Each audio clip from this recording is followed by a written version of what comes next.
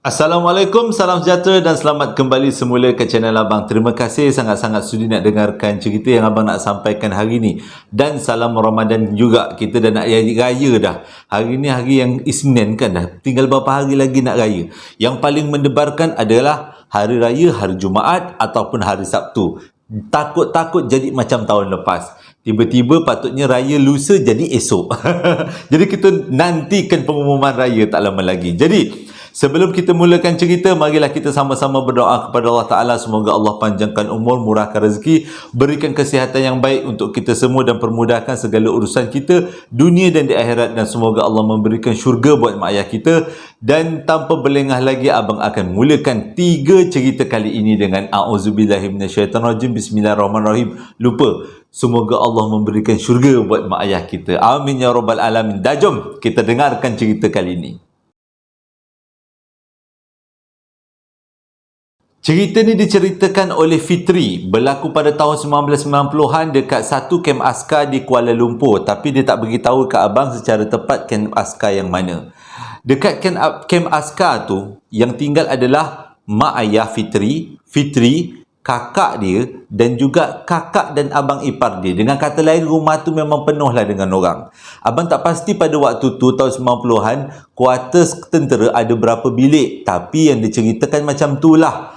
Cerita dia macam ni. Dalam rumah tu ada seorang kakak dia ni baru habis belajar dalam bidang jahit-menjahit. Jenis-jenis macam pembelajaran kemahiran. Jadi disebabkan akak dia ni mempunyai kemahiran yang bagus dalam bidang jahitan, akak dia telah diterima untuk bekerja dekat satu kilang, kalau tak silap abang, kilang Pampers. Lebih kurang macam tu lah. Jadi disebabkan dia ada kelebihan dan kemahiran yang tambahan, bila dia masuk kerja, walaupun dia orang baru dalam kerja, tapi dia senang naik pangkat sebabkan dia ada kelulusan dan juga ada pengalaman pembelajaran yang bagus. Jadi dia kata akak dia seronok sangat kerja dekat kilang tu. Dah lah naik pangkat, gaji pun naik. Tapi pada masa yang sama, mengikut cerita kakak dia kepada Fitri, ramai orang yang tak puas hati dengan kakak dia. Mula-mula ingatkan benda tu macam main-main aja. Kalau ada dapat satu-satu tugas, tiba-tiba kakak dia kena perli-perli dengan orang-orang yang lebih senior. Kadang-kadang kena marah-marah dengan orang yang lebih senior. Tak menghormati kakak dia sebagai ketua. Mula-mula Fitri cakap, mungkin kakak yang salah cakap kot. Mulut akak ke, salah tegur ke. Sebab kebanyakan daripada orang yang bekerja dekat kilang tu adalah orang-orang yang lama. Orang-orang yang dah bekerja sejak daripada zaman anak dara. Dan pada waktu tu mereka pula dah umurnya 40 lebih. Jadi dengan kata lain, Fitri agak mungkin kakak dia ni memang tersalah cakap. Pada masa yang sama, dia kenal kakak dia. Kakak dia adalah seorang yang tegas dan kalau dalam buat kerja, mestilah tersusun atur satu persatu. Kalau tersilap, memang the fire-nya. Itu memang perangai kakak dia. Jadi Fitri agak itulah perangai yang akak dia bawa bila kerja dekat dalam kilang. Sebab itulah ramai yang marah.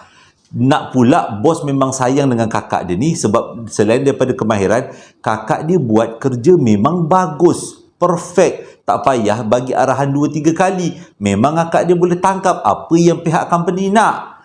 Jadi disebabkan tu kakak dia memang tak berapa nak disenangi dekat kilang tu. Pada satu hari kakak dia tiba-tiba sakit kepala. Salah cerita. Pada satu hari tiba-tiba waktu tengah malam, waktu tu dalam bilik, kata Razif, salah, kata Fitri di waktu tu dia tengah nak tidur. Waktu dia tengah nak tidur tu, tiba-tiba dia nampak ada katak 2 ekor dekat atas kepala kepala kakak dia. Pada waktu tu dia ingat benda tu macam main-main aja. Tapi bila besok pagi, bila kakak dia mengadu sakit kepala yang teramat sangat, dia cakap lah, "Kak, malam tadi dekat atas kepala kau, aku nampak ada 2 ekor katak. Aku tak tahulah katak tu buat apa. Duk menghidu-hidu kau punya kepala." Jadi pada waktu tu, semua dalam rumah tu anggap itu sebagai secara kebetulan. Sebabnya, memang rumah diorang berada dekat tingkat 3. Jadi mustahil ada katak. Ada katak yang masuk dalam rumah di tingkat 3 memang tak patut. Jadi, kakak sulung kepada Fitri anggap jangan-jangan benda ni adalah orang hantar kot. Orang hantar-hantar santau macam tu.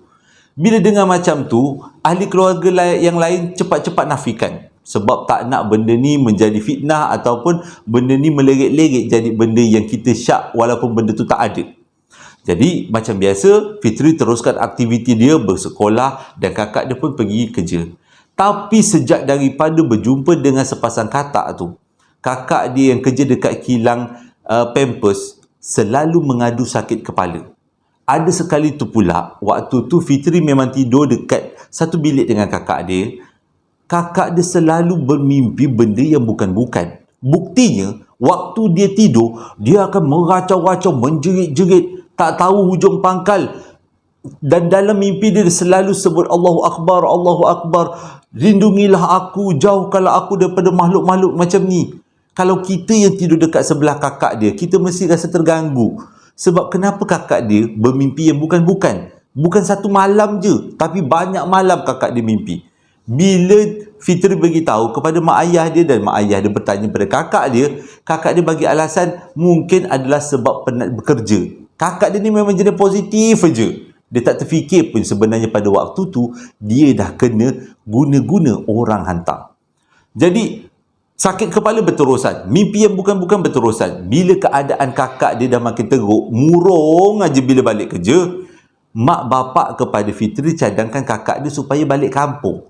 Sebab atuk dia orang, bukan atuk, opah dia orang memang pakar dalam ilmu-ilmu gaib. Jadi pakar memang selalu mengubat orang. Jadi bila dah macam tu, pada hujung minggu tu dia orang bercadang untuk pergilah melawat balik kampung, melawat opah pada masa yang sama berubat.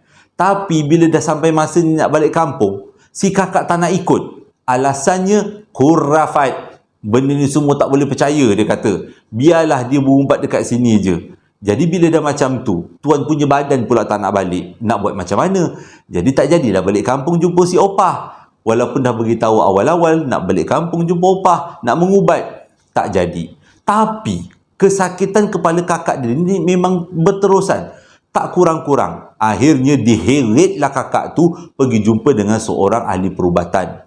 Dan orang ni memang dikenali dekat dalam kawasan tu, kawasan Blok Askar tu adalah seorang yang memang pandai mengubat alam sebelah.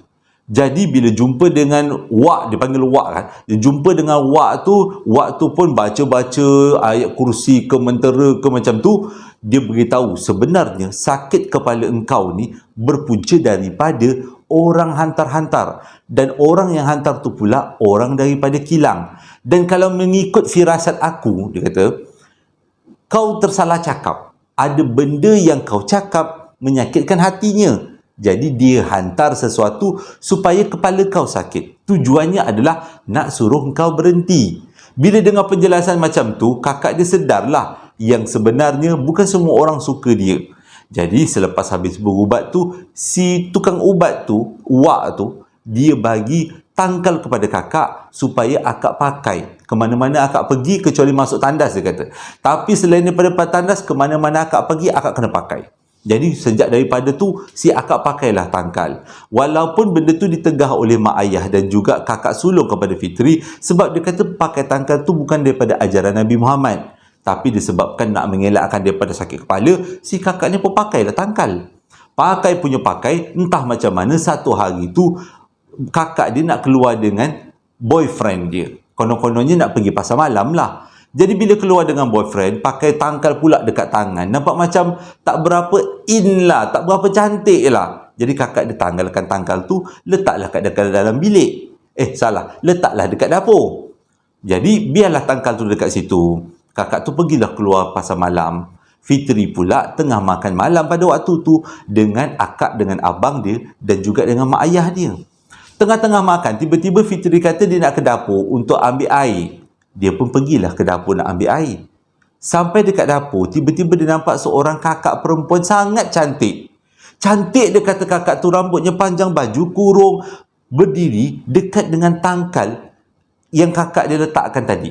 Kakak dia tak bawa tangkal tu kan, dia letak dekat dapur kan. Jadi benda tu berdiri dekat tangkal tu dengan keadaan seolah-olah suka tengok tangkal tu. Dia tenung tangkal tu.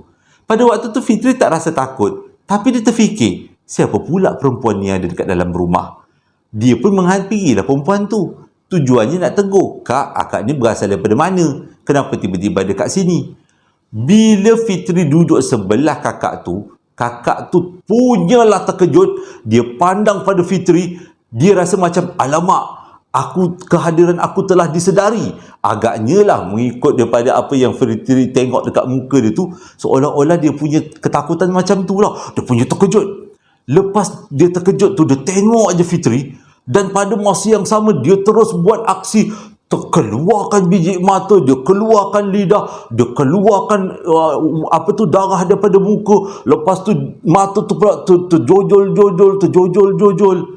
Lepas tu lidah keluar, naik balik, seolah-olah macam cuba menakutkan Fitri. Dia dah terkejut, lepas tu dia nak bagi Fitri takut, dia buat macam tu. Dan waktu tu Fitri memang tak cukup tanah, berlari ke depan, ke ruang tamu, panggil mak dengan kakak dia. Suruh dia beritahu, pergi dekat dapur tu ada benda tu, mata terjojol, lidah terkeluar tu semua, muka berdarah, tolong. Jadi pada masa yang sama, si abang ipar dan juga bapa dia pergilah ke dapur nak tengok sebenarnya ada apa-apa ke. Tak ada apa-apa pun kat dapur. Jadi diorang tanyalah dengan Fitri sebenarnya apa yang berlaku. Fitri pun ceritalah yang berkenaan dengan tangkal tu, dan dia berjumpa dengan kakak cantik. Tiba-tiba kakak cantik tu macam nak sergah dia, jojolkan mata, keluarkan lidah, terkeluar lidah macam tu. Tujuannya macam nak takutkan Fitri. Jadi besok petang malam tu, bukan besoknya, malam tu, bila kakak dia balik, diorang semua berkumpul satu keluarga, bincang nak buat apa dengan tangkal ni. Jadi untuk mengelakkan benda yang buruk berlaku, takutlah benda-benda tu datang balik, tangkal tu dibuang.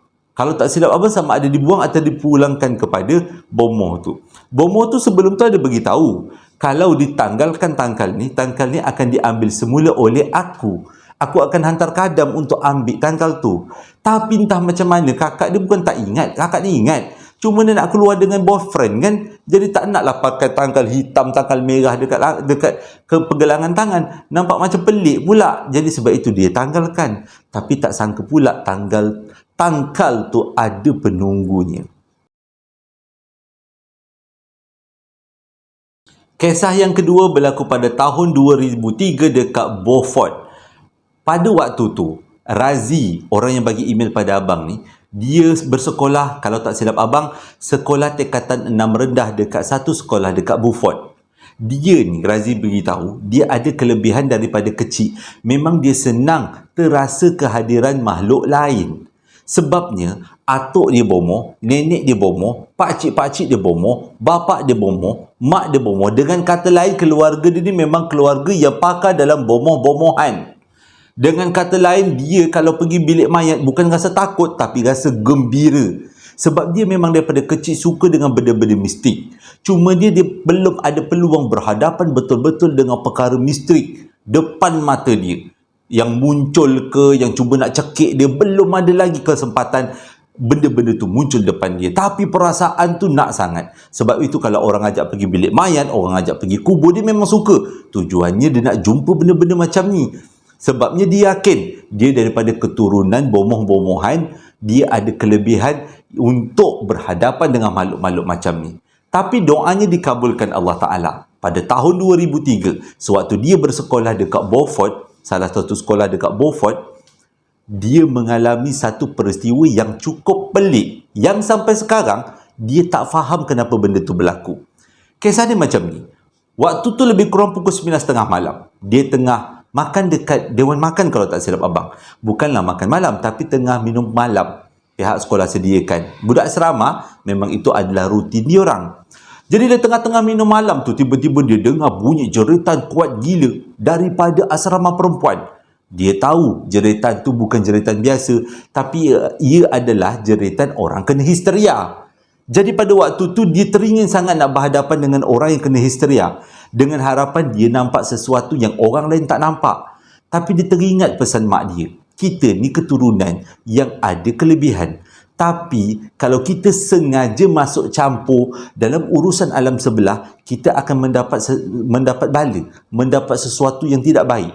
Kalau orang minta tolong dekat kita, kita boleh bagi pertolongan. Tapi kalau kita sendiri nak menghulurkan pertolongan tanpa orang minta tolong, benda tu akan menjadi sesuatu yang janggal, tidak diamalkan dalam keluarga diorang. Jadi bila dengar orang histeria, Razi buat tak tahu je, dia buat bodoh je. Keadaan menjadi semakin kecoh sebab kebanyakan daripada budak lelaki pergi menuju ke asrama perempuan dengan tujuannya sama ada nak tengok ataupun nak bagi bantuan. Termasuklah ketua warden, iaitu seorang cikgu lelaki. Jadi bila dah ramai-ramai pergi dekat asrama perempuan, kononnya nak bagi bantuan, si Razi ni pun rasa teruja lah. Apa kata kalau dia tengok-tengok aja. Dia tak nak bagi bantuan apa-apa, dia nak tengok-tengok aja. Dia pun berjalan lah sampailah ke asrama perempuan. Bila dia sampai ke asrama perempuan tu, memang nampak seorang budak perempuan dibawa turun ke kawasan hall, ke kawasan dewan. Budak perempuan tu menjerit-jerit, meronta-ronta, seolah-olah macam dia telah dirasuki oleh sesuatu. Tapi memang betul lah kata Razi, dia memang dirasuki oleh sesuatu. Keadaan dia sangat kesian dengan mukanya yang compang-camping, rambutnya kusut masai. Dia punya jeritan lebih kuat daripada lelaki yang menjerit. Dia punya kekuatan walaupun dipegang keempat-empat tangan dan kakinya, tapi masih lagi boleh meronta sampaikan orang yang memegang boleh tercempak ke tepi. Waktu tu Razi fikir, oh hebat gila orang yang kena rasuk. Pertama kali dia hadapi depan mata. Tiba-tiba, waktu perempuan tu tengah menjerit-jerit, meronta-ronta, dia betulkan jadi diam. Dia tengah meronta-ronta, tiba-tiba dia diam. Waktu tu semua orang pelik, dah kenapa pula? Tadi meronta macam nak melepaskan diri sangat. Ni kenapa dia diam? Dan perempuan tu tolehkan kepala, pandang ke arah Razi. Pada waktu tu berderau darah dia. Dah kenapa pula Minah dipandang dekat aku? Dia tak kenal sangat dengan perempuan tu sebab budak perempuan tu budak tingkatan 4. Dia pula budak tingkatan 6. Jadi dia tak kenal budak tu. Tapi budak tu pandang ke arah dia dan senyum. Waktu tu dia rasa macam jangan-jangan dia tahu aku ni daripada keturunan bomoh-bomohan. Dia diam je, dia tak nak cakap apa-apa.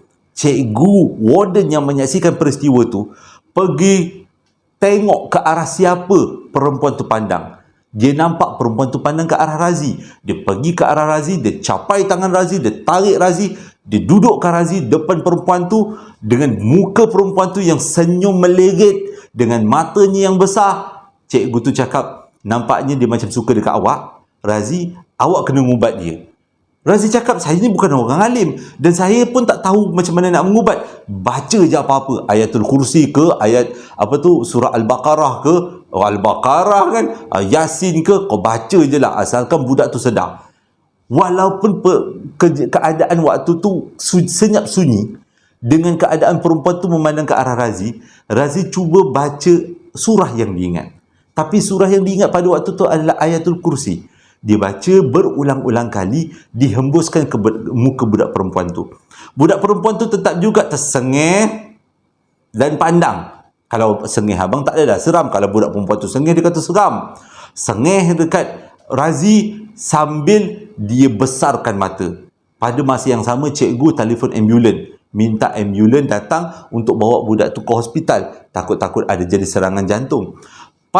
Sebelum ambulans sampai, Razi tetap juga tak berhenti baca ayatul kursi. Diulangi lagi sampailah ambulans sampai. Bila ambulans sampai, ambulans bawa budak tu naik atas ambulans. Pada masa yang sama, cikgu tolak Razi supaya masuk dalam ambulans sama-sama, supaya dengan harapan bila Razi baca-bacakan ayat tertentu, budak tu akan sedar. Tak, budak tu tetap juga dalam ambulans. Dia duduk, bukan dia baring, dia duduk dan dia pandang ke arah Razi dengan mukanya yang gembira. Agaknya macam tu lah. Muka abang memang seram kalau tengah-tengah malam macam ni dengan kusut masai ni. Macam tu lah muka dia dekat dalam ambulans. Sampaikan nurse yang bertugas tu pun jadi takut. Dah kenapa pula budak ni tersengih-sengih macam tu. Bila dah sampai dekat hospital Beaufort, tak jauh sangat daripada sekolah tu, budak tu dibawa masuk dekat dalam bilik kecemasan. Dan pada masa yang sama, cikgu tetap juga tolak si Razi supaya terus mengubati budak tu. Tiba-tiba, salah seorang daripada attendant hospital minta Razi menjauh daripada budak perempuan tu. Rupanya attendant hospital ni memang ada ilmu tentang alam sebelah. Dia kata, perempuan ni suka dekat awak. Jadi, saya yang kerja kat hospital ni, kalau berlaku kejadian macam ni, kita kalau boleh nak jauhkan. Awak kena keluar daripada bilik kecemasan ni, pergi dekat kawasan tempat lain. Supaya dia tak nampak awak. Bila Razi keluar daripada bilik kecemasan dan budak perempuan tu tak nampak Razi, automatik budak perempuan tu jatuh pengsan. Dan proses mengubat pun dilakukanlah. Dia cek jantung, dia cek darah tinggi untuk memastikan budak perempuan ni dalam keadaan yang sihat. Pada masa yang sama, Razi terus pergi ke bilik mayat. Dekat bilik mayat tu, tiba-tiba dia tak tahu daripada kecil memang dia suka bilik mayat. Dekat depan bilik mayat tu, tiba-tiba dia ternampak satu kelibat perempuan. Dia tahu kelibat perempuan tu adalah perempuan yang bernama Mawar. Sebelum ni, pada tahun 2002, pernah berlaku satu histeria. Waktu tu disaksikan oleh Razi. Dan pada waktu tu juga, salah seorang senior perempuan sempat bertanya dengan orang yang kena histeria, siapakah kamu? Jadi dia beritahu, nama saya Mawar. Dan kejadian histeria pada 2003 yang dihadapi oleh Razi pada waktu itu, Razi yakin ia berpunca daripada Mawar. Sebab diorang pernah terserempak berjumpa pada 2002. Jadi 2003 jumpa sekali lagi. Dia tahu itu adalah Mawar. Dan Mawar tu kalau merasuk, dia bukan nak apa-apa. Dia sengaja je suka-suka merasuk orang. Jadi sampai sekarang, Razi tak tahu kenapa dia pandang ke arah dia. Kenapa Mawar pandang ke arah dia? Adakah kerana Mawar kenal dia? Adakah kerana Mawar tahu dia ni ada keturunan orang bomoh-bomohan? Tak dapat jawapan sampai sekarang. Tapi itulah peristiwa bagaimana dia ditenung oleh seorang perempuan dalam keadaan yang cukup tidak menawan. Macam cukup tidak menggoda. Selalu kalau perempuan senyum kan menawan, menggoda. Ini tak menggoda langsung. Dia kata senyum dengan matanya dibesar-besarkan. Tapi kenapa dia tenung? Tak tahu. Tak ada jawapan sampai sekarang. Cerita ketiga pula disampaikan oleh Haziq melalui email. Berlaku pada tahun 2010. Pada waktu tu dia masih berumur 13 tahun. Kalau tak silap abang, kes ni berlaku dekat Kampung Tebing Runtuh dekat Johor Bahru. Sama ada Johor atau Johor Bahru. Cerita ni macam ni. Dekat dalam kawasan perkebunan tu, ada satu rumah yang agak jauh daripada rumah penduduk-penduduk lain. Rumah tu kepunyaan kawan kepada Haziq. Namanya Halim. Rumah dia terletak agak jauh daripada rumah orang lain. Dengan kata lain, rumah dia terletak di tengah-tengah kebun kelapa sawit. Tak tahulah kenapa rumah dia aja yang terpencil jauh ke tengah kebun kelapa sawit. Tapi itu tak menjadi masalah untuk Haziq dengan Halim berkawan. Nak jadi cerita pada satu hari, entah macam mana perasaan tu, Haziq tiba-tiba rasa macam nak pergi ke rumah Halim. Tujuan dia pergi ke rumah Halim nak borak-borak ataupun nak bercerita-bercerita lah sebagai seorang kawan kan. Pada waktu tu dah petang, lebih kurang pukul 6. Jarak rumah dia dengan rumah Haziq dengan rumah Halim kalau berjalan kaki adalah lebih kurang 10 minit. Nak kata jauh tu tak jauh sangat, tapi bolehlah, penat jugalah kalau berjalan. Jam menunjukkan pukul 6.30. Pada waktu tu dia bersiap-siap nak pergi ke rumah Halim. Konon-konon nak borak lah tadi. Dia tanya, mak bapak dia tanya dia, Haziq, kamu nak ke mana? Dah pukul 6.30. Ini pula kawasan kebun kelapa sawit. Rumah kita banyak kebun kelapa sawit. Bahaya. Sama ada bahaya tu datang daripada binatang ataupun daripada makhluk alam sebelah. Sebab orang yang tinggal dekat ladang kelapa sawit mesti tahu ladang kelapa sawit lebih seram daripada ladang getah yang selalu abang dengar. Jadi mak bapak dia halang, janganlah kau pergi rumah Halim, dah nak masuk maghrib ni, lebih baik kita ambil semayang, kita semayang kat rumah berjemaah ramai-ramai. Pada waktu tu Haziq kata dia nak juga jumpa Halim. Betul lah, dia nak juga jumpa Halim. Tapi disebabkan mak bapak dia tak bagi, terpaksalah si Haziq tipu. Tujuan sebenar dia nak pergi jumpa Halim adalah kerana kami bercadang untuk semayang di masjid yang berdekatan. Pada waktu tu, bila dengar alasan yang macam tu punya kukuh, mak bapak mana yang tak sejuk hati? Walaupun kena tipu pada waktu tu, mak bapak dia tak tahu. Lega. Kalau macam tu, engkau nak pergi rumah Halim, tujuannya nak pergi semayang jemaah sama-sama maghrib dekat masjid, abah mesti bagi. Jangan risau, engkau bolehlah pergi. Walaupun jam dah menunjukkan pukul 7. Cuma mak bapak dia cakap hati-hati. Bila dah berjalan sampai ke rumah Halim, jam dah menunjukkan pukul 6.45. Jadi pada waktu tu, diorang kata, jomlah kita jalan-jalan di sekitar kebun kelapa sawit ni. Lepas tu kita pergi ke surau. ke masjid yang berdekatan. Kita sembahyang maghrib sama-sama kat sana. Sebabnya tak naklah tipu mak dia dengan bapak dia macam tu je kan. Jadi kurang-kurang tunaikanlah apa yang dia dah cakapkan. Jadi diorang pun berjalan berdua. Pada waktu tu masih lagi terang, tapi tak adalah bawa lampu picit. Lampu suluh pun tak bawa. Berjalan punya berjalan, keadaan kebun kelapa sawit bila dah menghampiri pukul 7 malam, keadaannya memang menakutkan. Dengan sunyinya, dengan bentuknya sama, pandang kanan kelapa sawit, pandang kiri kelapa sawit, dengan lantainya, tanahnya, tak ada sebiji rumput pun. Jadi dengan kata lain, semakin gelap keadaannya, semakin seram kawasan kebun kelapa sawit tu. Diorang buat-buat tak tahu je. Teruskan perjalanan. Konon-kononnya macam buat-buat berani. Tiba-tiba daripada jauh, diorang nampak ada sesuatu benda bertenggek dekat pelepah kelapa sawit. Diorang ingatkan itu adalah burung hantu sebab bentuknya sangat besar. Dia punya macam burung yang bertenggek, macam itulah dia kata. Bentuknya amat besar. Jadi diorang pun teruslah berjalan. Tapi semakin diorang menghampiri benda tu, saiz benda tu sebenarnya bukanlah kecil, memang besar. Dan diorang tiba dah dekat sangat dengan pokok tu, diorang hentikan langkah. Takut kalau tiba-tiba benda tu bukan burung, tak kenanya dibuatnya. Jadi sebelum sampai dekat daripada pokok tu, diorang dah berhenti siap-siap. Tanya, itu apa benda tu? Apa benda tu? Apa benda tu? Jadi kawan dia tak boleh nak bagi tahu. Halim pun tak tahu tu apa. Cuma Halim nak sedapkan hati, dia kata ini burung hantu spesies besar. Tapi diorang tahu tu bukan burung hantu. Dan tiba-tiba benda tu mengepakkan sayapnya dan mula mengibas sayapnya dan dia terbang ke atas. Dia punya kekuatan angin kibasan tu sampaikan Halim dan juga Haziq yang kedudukannya agak jauh daripada pokok tu boleh terasa angin dia dengan rambut dia orang terbang, dengan pasir-pasir berdebu-debu di kawasan tu, seolah-olah macam ada satu burung yang sangat besar cuba terbang daripada situ. Pada waktu tu tergamamlah di diorang. Tergamam tak tahu nak buat apa. Dan pada masa yang sama juga tiba-tiba Haziq punya kaki longlai. Dia kata mungkin longlai tu adalah disebabkan takut.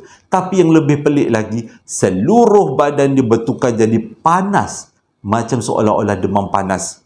Pada waktu tu diorang dah jadi ketakutan. Diorang cuba untuk pergi daripada situ. Cepat-cepatkan langkah untuk sampai ke masjid. Tapi semakin banyak melangkah, kaki Haziq semakin lemah. Sampaikan dia langsung tak boleh jalan. Pada waktu tu di sekitar kebun kelapa sawit tu dah gelap, hitam pekat. Nak tak nak dia untuk tak juga kena sampai ke masjid. Kalau tidak, berada dalam kebun kelapa sawit dalam keadaan malam memang satu benda yang bahaya. Tak sempat nak fikir apa benda yang berkepak-kepak tadi tu, yang bentuknya sangat besar. Dia punya kepak pelepah, bulu pelepah tu cukup besar. Tak sempat nak fikir tu. Jadi si Halim dukung Haziq, bawa Haziq pergi ke masjid. Sampai dekat masjid, diorang pun semayang macam biasa. Balik daripada masjid, seminggu Haziq demam.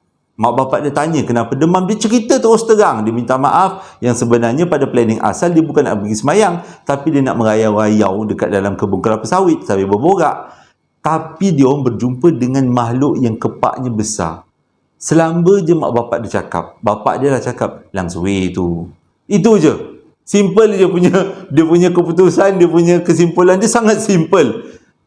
Tapi kesannya disebabkan terlalu terkejut, Haziq demam seminggu. Dan itu cukuplah. Cukup membagi pengajaran untuk lain kali dia tak nak pergi lagi merayau-rayau dalam kebun kelapa sawit.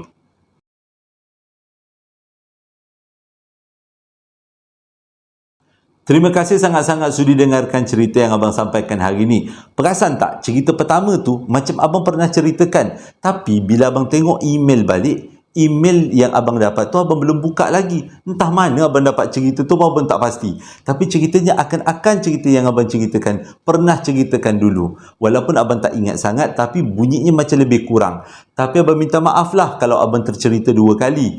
Kerana abang sendiri rasa macam abang dah tapis betul-betul cerita yang mana yang abang dah ceritakan. Mungkin cerita yang berlainan tapi jalan ceritanya lebih kurang mungkin. Tapi kalau ceritanya tersama, abang minta maaf sangat-sangat. Tapi dengan cerita-cerita yang yang abang dapat, yang abang ceritakan, moga-moga menjadi iktibar dan pengajaran untuk kita semua. Hidup kita ni memang bersebelahan alam.